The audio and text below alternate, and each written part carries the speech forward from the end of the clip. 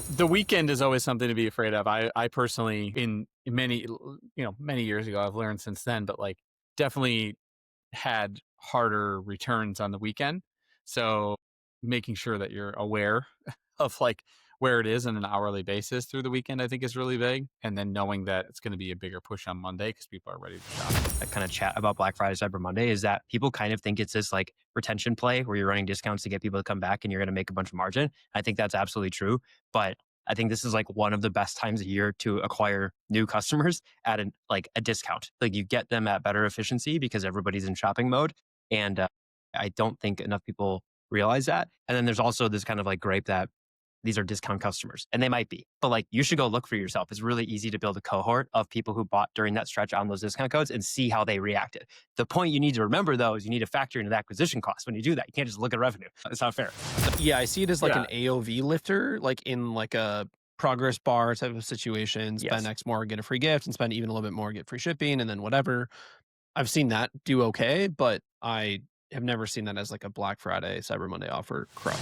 I will say like the biggest contention I have with that, and I think this was a point that Andrew was making as well, is that if it needs any amount of volume to get some signal from Meta, because otherwise Meta just won't put anything behind it, that gets really tricky, even if you're using a CBO with minimum spend, because, for us, we are launching a lot of new creative in an existing ad set, just because we want to consolidate the learning into that existing ad set.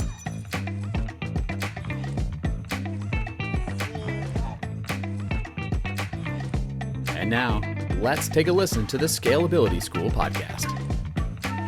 All right, welcome to the Scalability School podcast, episode 380. I'm just kidding. I think it's episode or whatever it is. It's about It has a number at the beginning. It has a number. Per usual, got a lot of good feedback.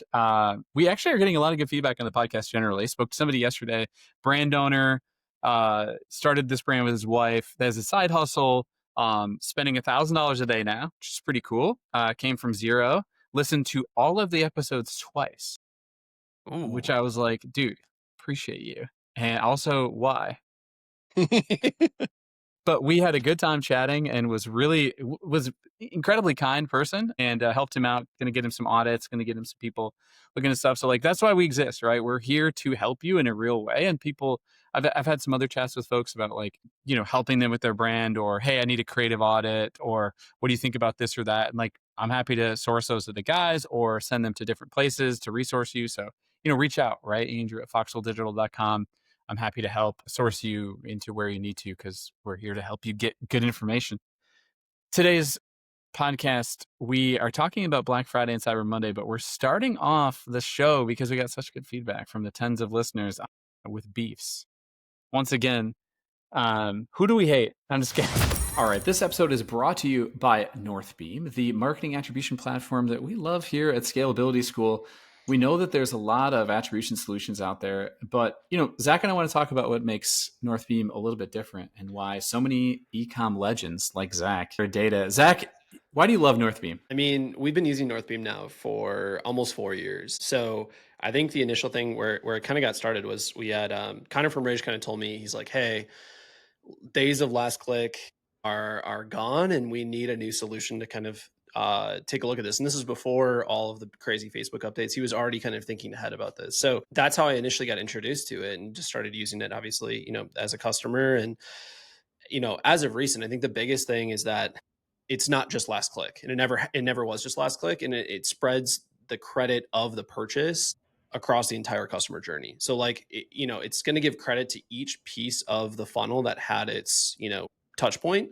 And I think that that's what's allowed us to really decide and spend ad dollars appropriately based on what's actually working. So we use it across all of our brands, across all of our Homestead clients that are paid clients of ours. And Northbeam 1-day click, Northbeam 7-day click are kind of like the golden North Star on how we're making decisions on a day-to-day basis. But I mean, that's the main reason is I feel like the data is very clear and it's not just, it's not just a click basis. It's proper allocation across the entire customer journey. Yeah, I think all those things are true. And, there's things like the Northbeam Apex. It's awesome. It's integration with ad platforms like Meta and AppLovin, and it allows you to, those ad algorithms to actually drive your ad delivery based on first party performance data. So for the things you talked about, things like Northbeam Apex, is big. And Northbeam doesn't inflate revenue. It's just the real numbers that actually line up with Shopify, which is really nice. So the Northbeam difference, better data, sharper decisions, and more profitable growth. And everybody's using Northbeam, right? Dollar Shave Club, Hexclad, you guys. So if you're ready to cut through the noise and stop guessing, go ahead and book a demo at northbeam.io/demo and tell them that Scalability School sent you for a little surprise. So join the club and check out Northbeam. Once again, who do we hate? I'm just kidding. Brad. No, actually, Name someone. Yeah. Brad, who don't we hate? Actually, what we're gonna start off is with another one of Zach's tweets, a post on X, not a tweet, about the playbook that works 99% of the time, which was a response to the Daniel Ocon, legend and friend of the pod. Incredible human being, actually. But talking about, Zach, your playbook that works, that kind of you go through. We obviously have an episode on the 0 to 8-figure playbook, but what do you want to call out here in terms of what you went through with Daniel? I mean, I think Brad and I can kind of go back and forth here a little bit. So Brad's a big cost control person, and I'm a sometimes cost control person. So I did call that out in this tweet and kind of just talking about what's working for media buying playbooks right now and what's working like 99% of the time when we look across brands that are working at Homestead, our own internal brands, friends of ours. So I think like just kicking things off is, I wrote, keep things consolidated. That said, the more products you have, the more campaigns you'll have. So the way we think about this is, we prefer to break out, and Brad, I'm curious if you agree with this or not, breakout campaigns basically by funnel. And by funnel, in theory, you're breaking it out also by product, because usually you'll have different funnels for different products. It doesn't mean necessarily just by funnel, though. So like if you're going to be running, let's say you have one product. If you're running a bunch of different landing pages, like we'll usually keep that consolidated in one campaign. We're not breaking out each new funnel for that one individual product. But for like Hollow, for example, we have a bunch of different products, and each one of those products has its own kind of funnel that we push towards.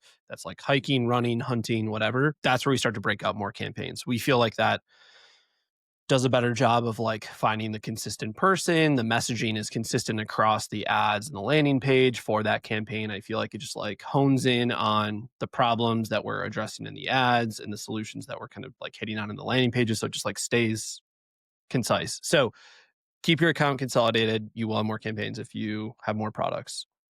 Yeah. Brad? We generally follow the same rule of thumb, and you can kind of use campaign and ad set interchangeably here, depending on if CBO versus ABO. But generally speaking, keep things consolidated. One product equals one campaign. When we start to deviate from that, it's because we've introduced a new offer alongside that existing product, and the unit economics are different, which is, I think, it's primarily a cost control thing. But even if you're not using cost controls, if you're optimizing for two different price points and AOVs, or even if they're not that different, you do have two different margin profiles. If the offer is different, that you need to hold to different standards, at least keeping those separate when the economics are different helps at least kind of tell Meta what it is that you value in that way. And then at some point, it's just like, so you kind of mentioned going from like, hunting and running and all the different ones. The way that we do that kind of in the short term is it stays within the existing campaign. But at some point, when those prove out to have enough volume to stand on their own, meaning they consistently stay out of learning and push volume, then totally makes sense to just split it out. If for nothing else, like organization and keeping it all clear of where is, what is this for and where is it going to? Yep. Same page, same thoughts. The next point that I kind of get into here is like ABO is usually preferred for creative testing, but CBO with minimum spends per ad set can work well too. Especially if you have a ton of creatives to launch. So we run both. I mean, honestly, we run both. If you have the budget to spend $200 to $300 per ad set per day behind each new creative test, which is usually like somewhere between 3 and 6 ads per ad set for us. I mean, some other people run more than that, but that's usually like a concept. And then there's going to be different variants with different hooks or different bodies within that, but it's the same concept. That's kind of how we break out and how we treat creative testing in an ABO setting. We do the same thing with the CBO, but then we'll put minimum spends behind them. So the nice thing about the minimum spend set up for CBOs is at least you're going to get the dollars that you want spent through those ads to make sure that all ads get some spend, which I know is a different theory than cost controls. We like to do that. because then at least we know, okay, this ad spent or these set of ads in this ad set spent $500, $800 over the course of a couple days. They're working, they're not working. But then because it's in a CBO with the additional budget beyond the daily spend budget, it can flex up really nicely. So it allows ads, which we now internally call breakout ads, to really grow really quickly. So like we had one for one of our brands, not Hollow, but one of our other brands that we launched, and it was like a creator whitelisting ad, and we dropped it in the account, and it went, the minimum spend on the ad, that's whatever that ad set was like $300, and then within a couple of days, now that individual ad is spending like 5-6 grand a day. And the only reason it was able to do that is because it was able to flex up beyond just the ABO, just the individual ad set budget with that minimum spend. It was able to take the whole budget for the CBO and what was left over, eat up a bunch of that spend. So I like that setup for us. And I'm going to say the next thing, which is kind of two-part, and then I'll let Brad go because he's going to probably want to talk about cost controls. Cost controls can work great, and I fully believe in them. If inventory is constrained, the brand is a smaller brand where like other things are constrained. It can even work for an 8-figure brand, but it will limit the scale. And the other part that I mentioned is like it can break frequently. So don't expect it to be less work than lowest cost. That's what we found, is that there's still a lot of breakage. There's still things that can happen. So it's not like you can just like set it and forget it and it just works. The last point that I want to call out here on like the bidding strategy side of things, of this like playbook that we've seen work most of the time, is that if your goal is to scale from 10K a day, which this is now getting into bigger brand ecosystem, but 10K a day on Meta to 100K a day on Meta in less than 6 months, the best way that we've seen to do that is by using lowest cost, not using cost controls. I've not ever seen that happen from all of the hundreds of ad accounts that I've seen over the last few years. Yeah. So that's the last thing I want to call out on kind of bidding strategy. It's just more ABO, flexible, right? I mean, it's just like common sense in reference to if you're looking for that scale, it's just more flexible and it's more available in the auction. I think it's always a balance, right? Of like when you're scaling that up. And Brad, you can talk about that. Let's start with the ABO versus CBO with min spends. I honestly don't have a strong opinion. Ironically enough, I just but I just listened to an Andrew Ferris podcast from a couple of weeks ago where he kind of talked about his thought on creative, generally speaking. And I thought it was really interesting. Like there was some tactical stuff and also just like kind of like thought provoking. And I largely agree with a lot of the things that he said. So I'd check that out if you haven't heard that. That said, I have a very specific instance in mind where we split out some creative testing into an ABO, and we launched some ads recently, but they didn't get any spend. We pulled them out and put them into the ABO, and in the CBO, they didn't spend.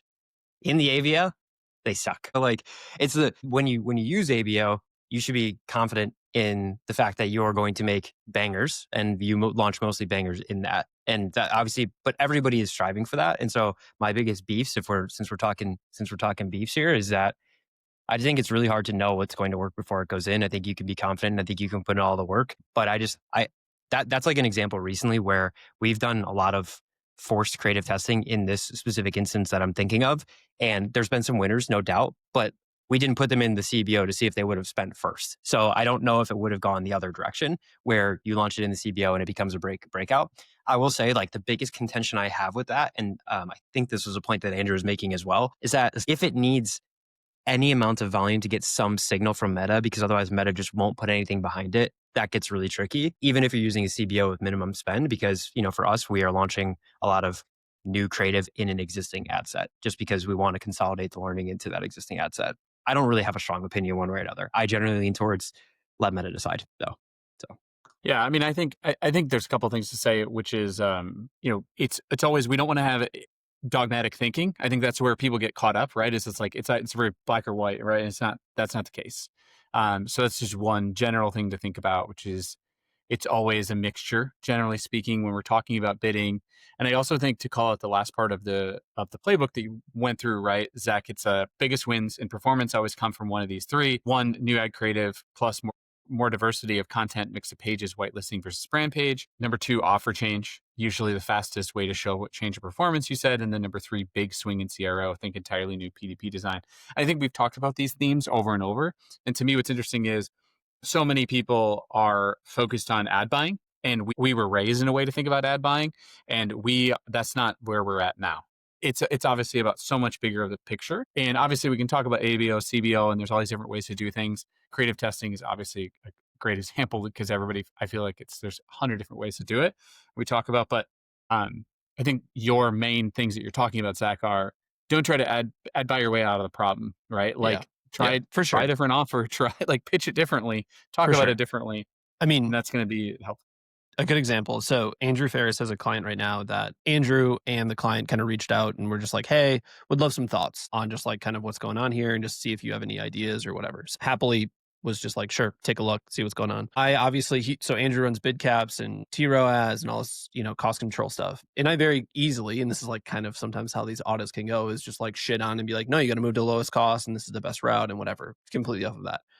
I disregarded that completely and was just like, okay, let's go look at the fundamentals of what's going on in this account. And all that I'm looking at is ad creatives and landing pages and offer. That's it. So if you look at the last three, I think like in this list of biggest wins in performance always come from ad creative, offer, or CRO change. Everything else is kind of irrelevant above, right? Like you can find wins in both ways. I just kind of shared what we've seen work most of the time.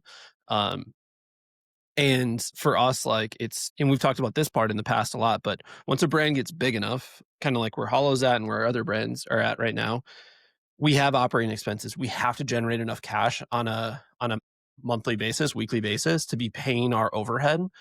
And if we're running cost controls completely and for some reason something breaks and spend falls completely down, it can really mess with our cash. And that's one reason why we also still prefer lowest cost is like just the fear of that happening because we have seen that happen to us in the past where we like can't get cost controls to work and even just like spend enough. That's like my last kind of point that I wanted to bring up on that reason why we choose to go that route. I mean, we had cost controls absolutely ripping last Q4, so I have no gripe with it. But yeah, looking at this account, that was Andrew's account that he's running. It was basically like, stop worrying about the media buying shit and stop worrying about the technical things that are happening, like event quality match scores and stuff at a certain degree. Like everything looks generally normal. Go focus on ad creative. Go focus on landing pages. Go focus there. I mean, Go focus for on me, offer. like the first thing that I do when we ask to audit an account is, first of all, I just write back the agency you're working with sucks. So I Yeah. just right away shit on them, and I want to It's make part them of the template, right? Like you I copy wanna and make paste your them look bad. templates at the top of the template. Yeah. It's like they suck, they're bad, and then I want the client to feel like they're immediately back is against the wall. That's my goal there. No, I think you raised a lot of good points. Brad, anything to wrap it in? No, I mean, I think there's like potential small counterpoints to like that situation, like raise the bids, run some lowest cost alongside, but like it doesn't like the main point is true, which is those bottom three things is where you should be spending most of your time. The media buying stuff is important to get right, but there's ways to get it right within both of those frameworks. Well, let's talk about Black Friday and Cyber Monday, right? There's a ton of different things that we can talk about here, and get into. But let's talk about the beginning of like getting into it as we're walking into Black Friday and Cyber Monday. Anything that you guys want to say from the outset about Black Friday, Cyber Monday, and how you prepare for it leading into that time frame? I'll just start. I have two things that come to mind. One is that it'll be really nice that Cyber Monday is also in December again this year. So the year over year comps are like less ridiculous to look at because 100% of brands probably looked at November and it was like, why is it so much smaller year over year this last year? And December's like, oh, we killed it. Like, what did we do differently? It's like Cyber Monday was in December and it will be again this year. So I'm excited about that. Although it's like a slight shift in how it rolls. There's like one more or one less day in December that falls in the BFCM range. The other thing that like I've heard often from clients and also just people who kind of chat about Black Friday, Cyber Monday is that people kind of think it's this like retention play where you're running discounts to get people to come back and you're going to make a bunch of margin. I think that's absolutely true. But I think this is like one of the best times a year to acquire new customers at a discount. Like you get them at better efficiency because everybody's in shopping mode. And I don't think enough people realize that. And then there's also this kind of like gripe that these are discount customers and they might be, but like you should go look for yourself. It's really easy to build a cohort of people who bought during that stretch on those discount codes and see how they reacted. The point you need to remember though, is you need to factor in the acquisition costs when you do that. You can't just look at revenue. It's not fair. So those are my mentality things going on. Dropping Black some Friday. bombs, Brad. I love it. These are all Just pissed things, off, these are all things that piss me off when I get feedback on all of them, right? So yes, I think the biggest one that you brought up is the lifetime value of these customers is shit. It's not. Okay, Homestead has, I don't even know. It's been like 150, 200 brands that we've managed paid acquisition for over the last 5 years. We have looked time and time and time and time again, and the LTV is the same. Like it's like rarely, I don't even think one brand that we acquired customers over BFCM weekend that the LTV cohorts of those customers was worse than their average year-round customer. So I would completely disregard that shit. I would also go as hard as you can on acquisition during that period. And if customers show back up and buy again, great. That's awesome. Use own channels to do that. Don't spend a bunch of money to do that. I mean, of course, spend some, but focus your efforts on own channels to absolutely rip through those customers and bring them back. Yeah, I mean, I think the one thing, like if I can drop one piece, is like don't change your offer don't make your offer that crazy. Like we're not changing our offers. Like we run an offer and we're keeping it consistent. I'm not changing it. And you can get away with that. Like we're going to do, mid 8 figures this year. Get away with it. Go look at all the brands that are like growing extremely fast, health and wellness brands, some of these like individual brands. I mean, they're not changing anything fundamentally about the way that they discount. It's just a positioning standpoint. So as long as I mean, like maybe you add a free gift, or maybe you add an extra 5%, or maybe you add an extra $1 from $50 Or like off to volume discounting 51. seems like. Yeah, or yeah, for sure. I mean, we can definitely talk about offers, but I just think everyone gets so obsessed about the offer. If you have an offer that is working right now, don't feel like you need to come up with something so dramatic that's going to absolutely derail your margin and just crush like your profitability. Probably think about just running the same thing you're running now and just positioning it as your Black Friday sale. That is like my one piece of advice, and that I feel like a lot of brands in the Homestead ecosystem and have run that playbook has always worked out. The last piece, buyer intent, is just absolutely insane during this period. So the brands that are saying, oh, we're in health and wellness and we're not going to grow, you're just doing a bad job. That's my like harsh take. We've seen health and wellness brands absolutely rip during Q4 if the offer feels strong and it feels like it has high urgency to take advantage of it if you're bringing in new customers. So those are my gripes.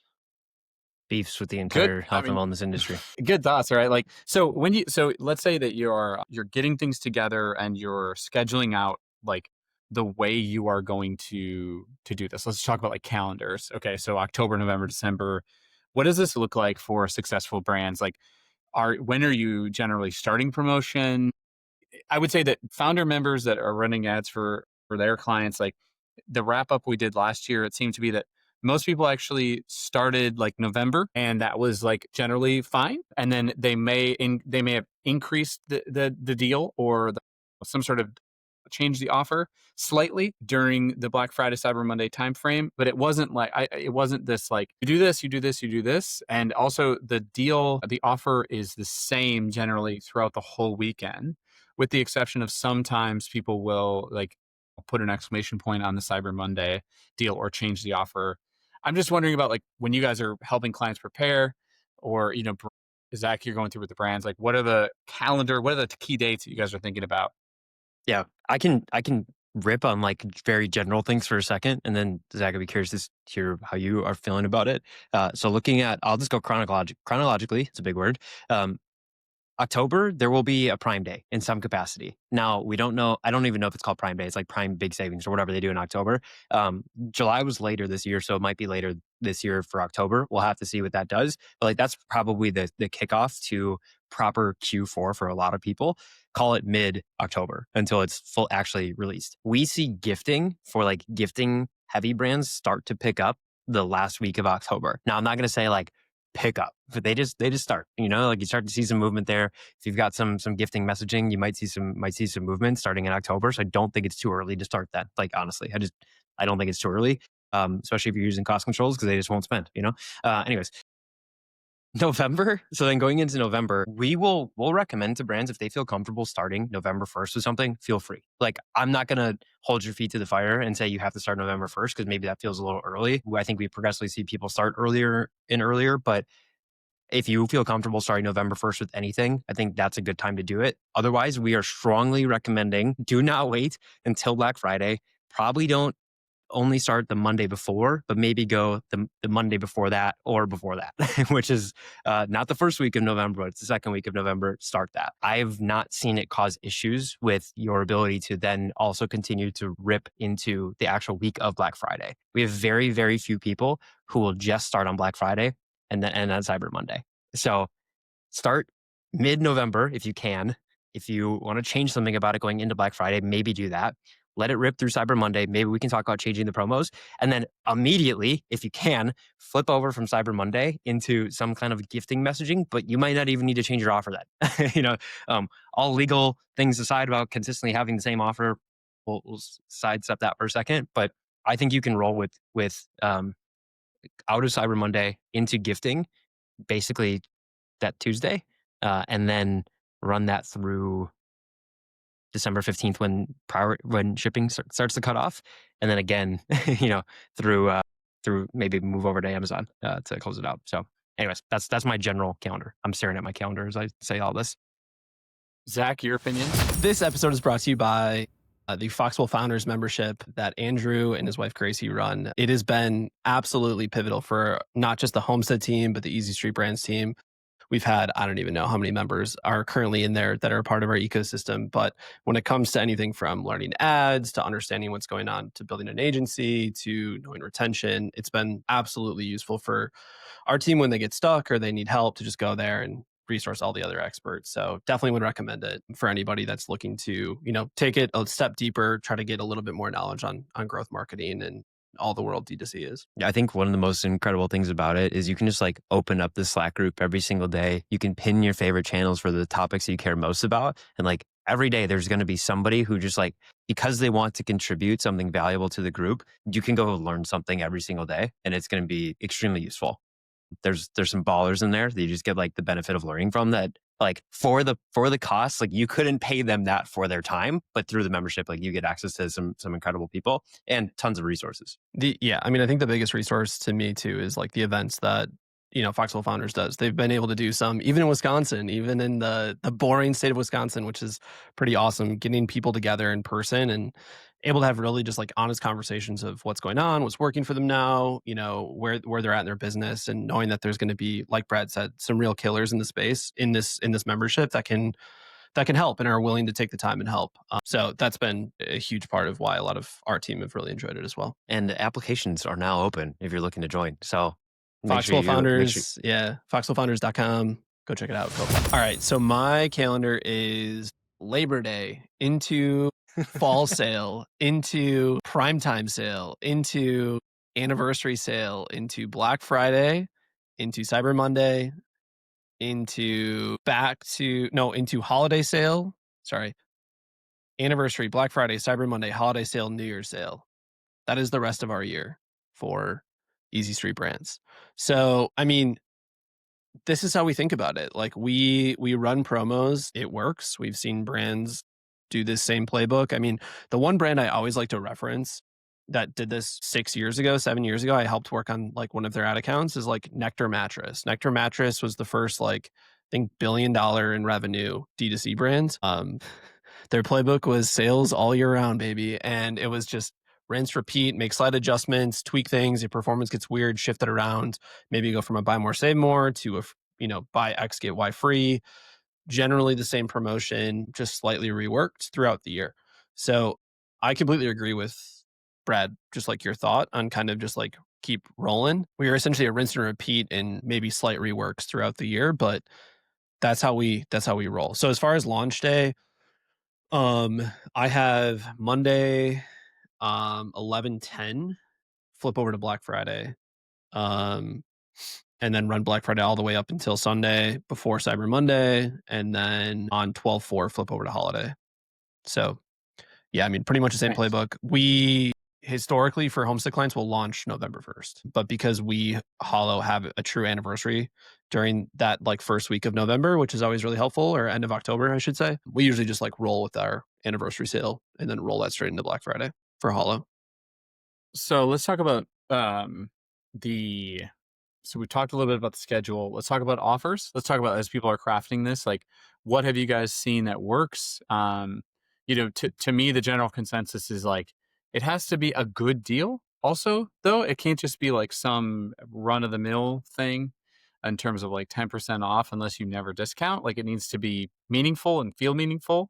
And volume discounting is actually attractive, and free shipping tends to be quite attractive. I mean, you guys can tell me what you think, but those were some of the themes from last year, last couple of years from founder members. What do you think about when crafting an offer the right way for this period? Want me to go, Brad? Yeah. I'll go. Yeah, go ahead. Well, the first thing that I will say is I don't like dropping an offer just over this period of time. I think that you should have 2 weeks, kind of to Brad's point, to have an offer that's strong that you can ramp up and figure out what creatives with that offer are resonating. And then those ones you can hammer along with your evergreen ads, which we always talk about every year, that evergreen ads usually crush over the BFCM weekend.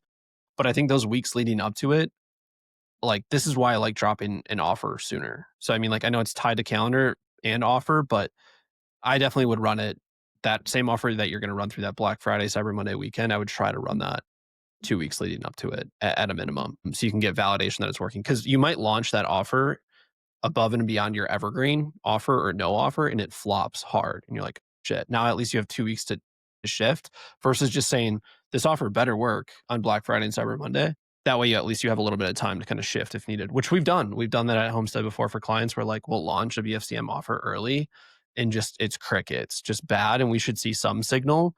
And so then we just rework it, within the first week and usually see a lift in performance right there. Yeah. Yeah. I agree with all that. I would say there's like 3 core themes that I've seen that work consistently pretty well. It's going to be percentage off up to X% off, and then the bundled savings are like the 3 biggest ones. Gift with purchase, I think, I'm sure it works. I just haven't seen it personally work in any meaningful way that I can remember off the top of my head. But percentage off discount, probably need to start at something like 20%. It might be tricky if you have some tariff concerns and things coming up. So you want to probably start thinking about your pricing, your actual MSRP pricing today. And if it makes sense for Black Friday coming up, we just had a conversation with a client about their pricing and some tariff stuff and how they probably need to start adjusting now to be ready for that. So percentage off, I think, can work really well. The up to discount stuff, it's kind of maybe tacky for some people when they have like the loss leader kind of pricing where things are aggressively discounted. But we have plenty of people who will do up to 50, 60% off, and they have a good range of stuff in the 20 to 30% range. So they're not like pissing a bunch of people off. And then they have a decent mix of stuff in that 60% range, but it's nothing, it's not your hero SKUs. And that obviously that big percentage off can be pretty compelling. And then, the bundled stuff, which is, I guess, kind of similar to the up to in a way, just slightly different. When I say the up to, I really mean you have different SKUs marked down at different prices versus like bundling is buy more, save more in a way. Yeah, and I think the buy more, save more, you can always position as up to as well. Like we've done that for Exactly. Hollow consistently, right? So if it's buy 2, get 20, buy 3, get 30, buy whatever, 4, get 40, you can always run up to 40% off. And I think that that's completely fine. I mean, same with us. We've never seen a gift with purchase writ. It can work to increase AOV. I've never seen it as an offer crush though. Like standalone, right? Maybe like a standalone. combined with something else, it works. Like with a discount, it might work. Like it's a sweetener to the deal. Yeah, I see it as like Yeah. an AOV lifter, like in like a progress bar type of situation. Spend Yes. X more, get a free gift, and spend even a little bit more, get free shipping, and then whatever. I've seen that do okay, but I have never seen that as like a Black Friday, Cyber Monday offer crush. No, I haven't either. It also just feels very like, not like, what is it? Do you know what I mean? Like it feels cheap. If it's also like, what's the real value of this? And it feels cheap unless you really know what it is. Yeah, and the main reason you're going to Usually that it's a store, surprise gift. totally. The main reason you're going to that store is to buy the hero product, anyways, that you're going to get a free gift with. So you don't really give a shit. Yeah, I would probably stay away from that if you can. Same with Brad. Percentage off up to buy more, save more. Those are the 3. BOGO is obviously the other one, which That's what I was can gonna work ask, really well, depending on like your product margin, all that good stuff. But those 4, I should say, are like the top And you ones. guys you're having, all of the ads, even evergreen, are going to the redesigned lander or like the homepage that's being modified, right? Like with talking about the deal. So that's number one.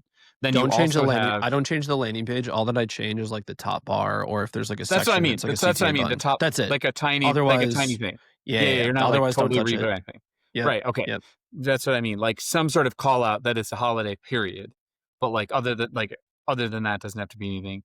When you're launching the offer ads, which again I think are always an uphill battle against the evergreen ads that you have running, do you typically launch a corresponding lander for those as well? That's like a specialty thing, or are you just driving it still to the is the ad lead so driving it still to the homepage for the most I part?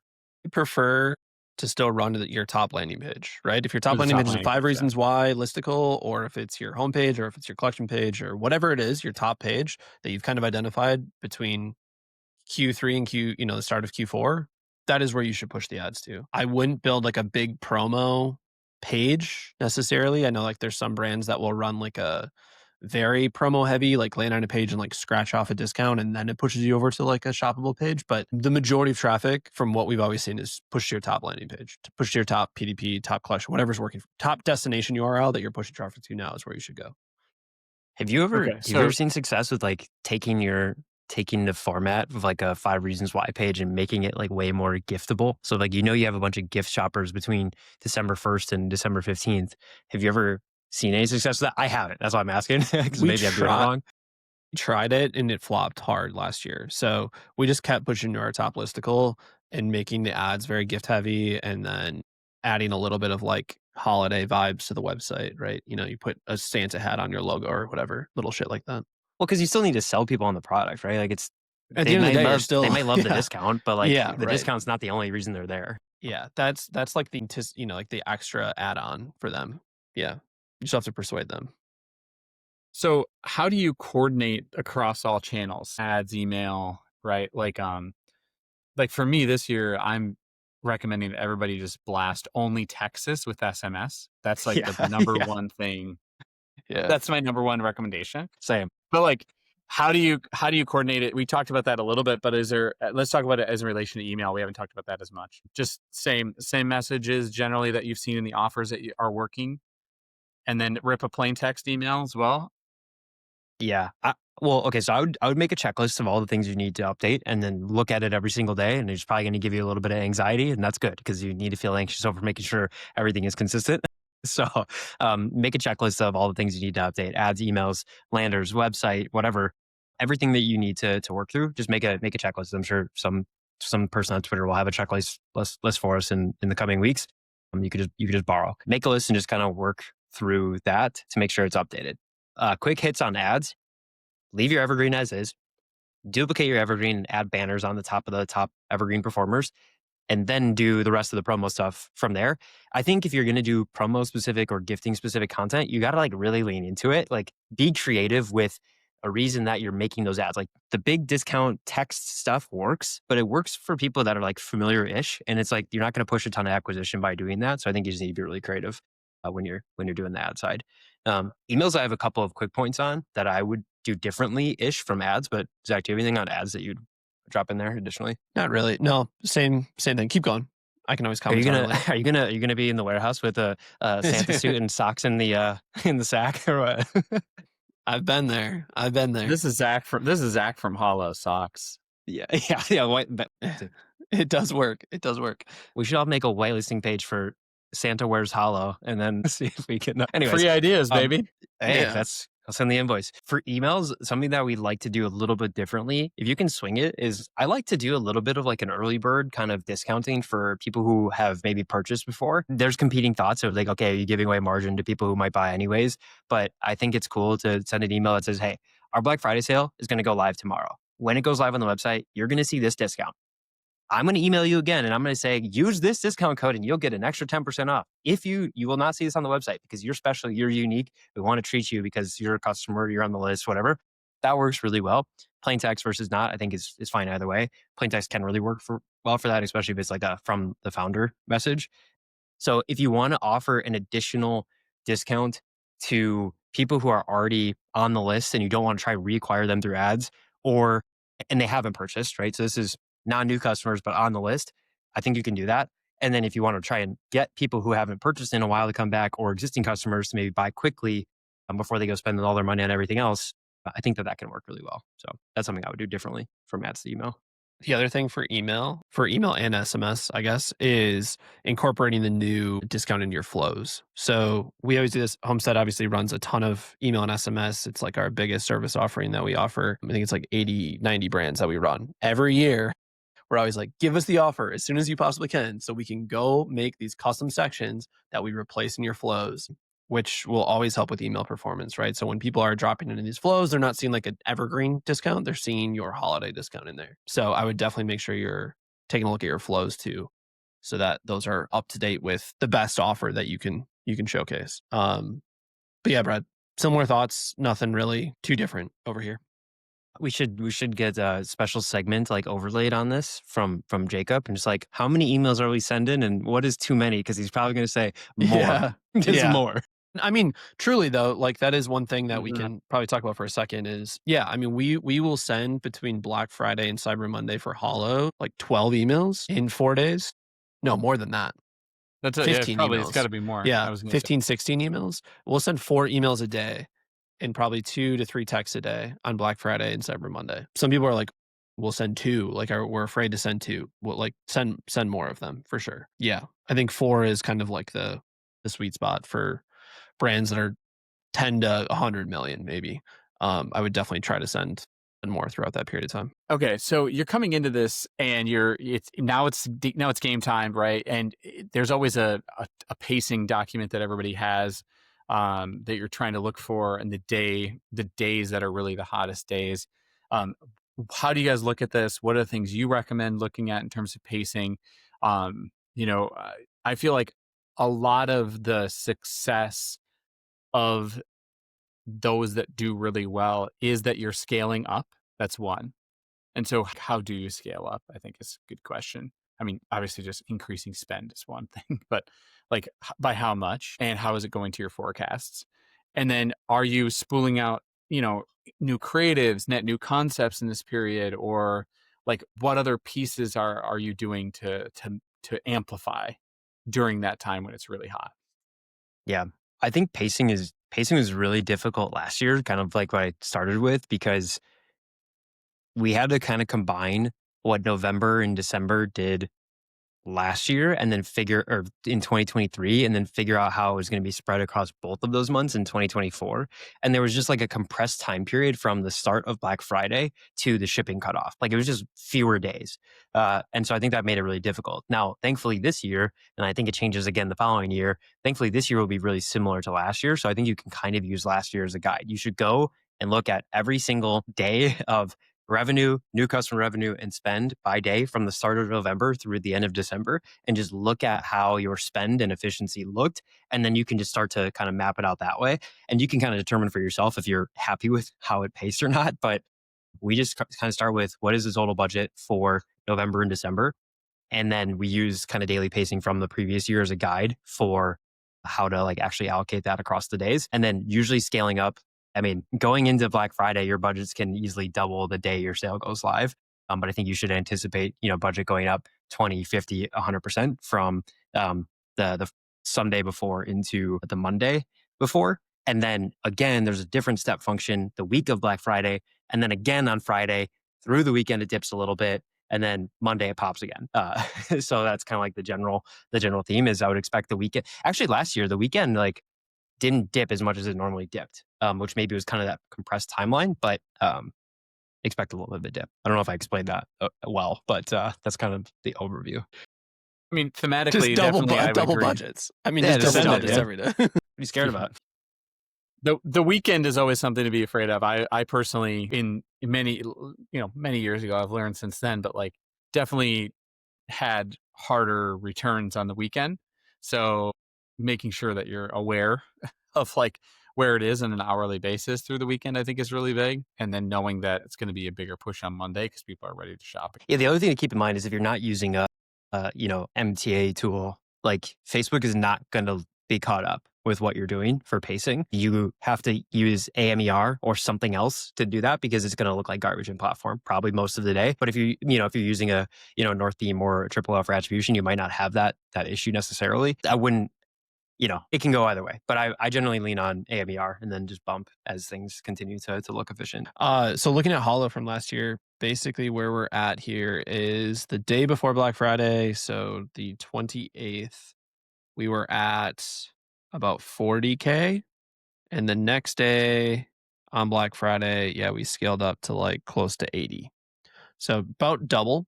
And then we actually had a really strong Saturday, Sunday, where we basically baselined. Usually we'll pull down Saturday, Sunday, like a decent amount.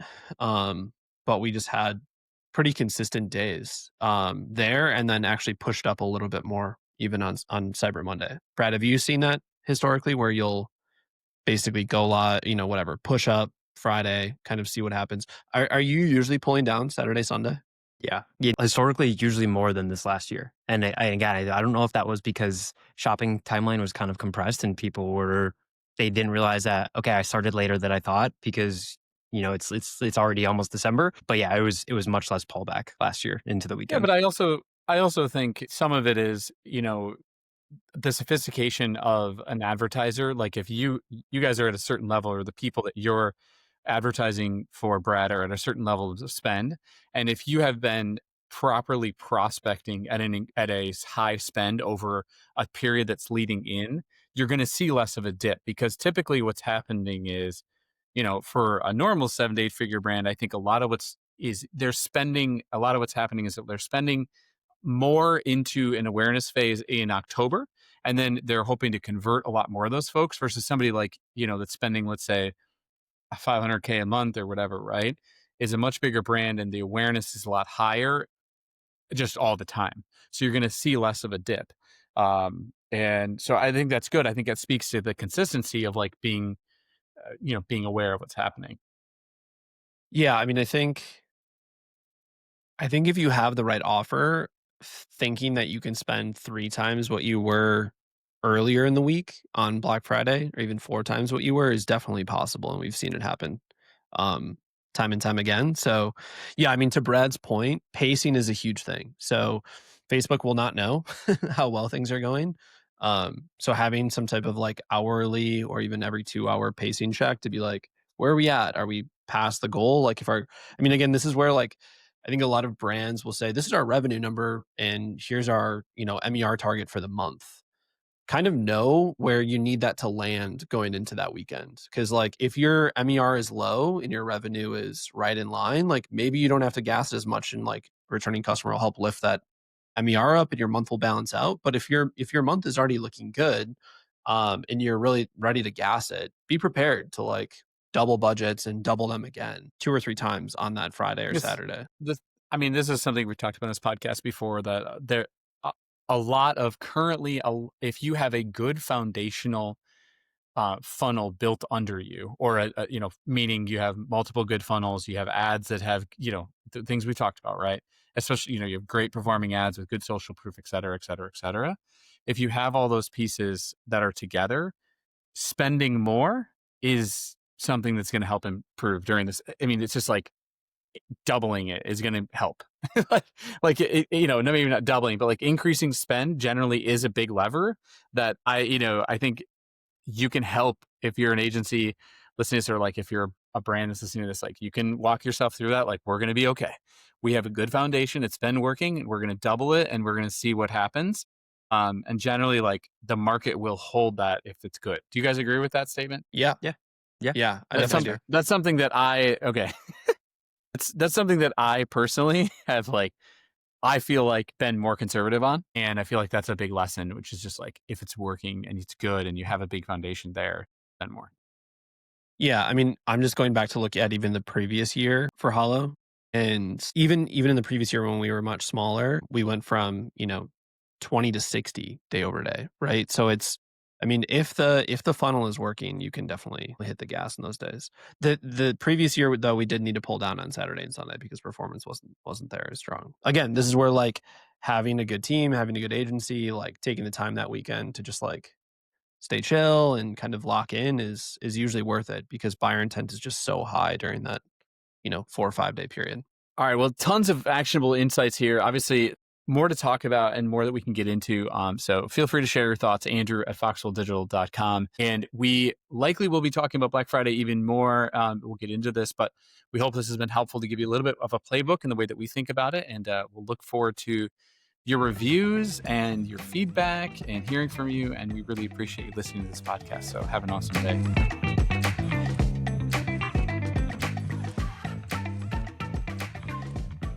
Yeah, we're pretty close. I mean, I think it changed your mic, by the way. Sorry, pause. Shane, clap. Yeah, Give me a second. it was really intense. You were like breathing into it. It was It very sounds like like, it's Is it better it was now? very vampire. Yeah, it's Yeah, it's much Is it better. better? Okay. It Sorry. sounded. It was maybe your Oh, I don't know why headphones. I did that. It's weird. It's good. Okay. Shane, we're back.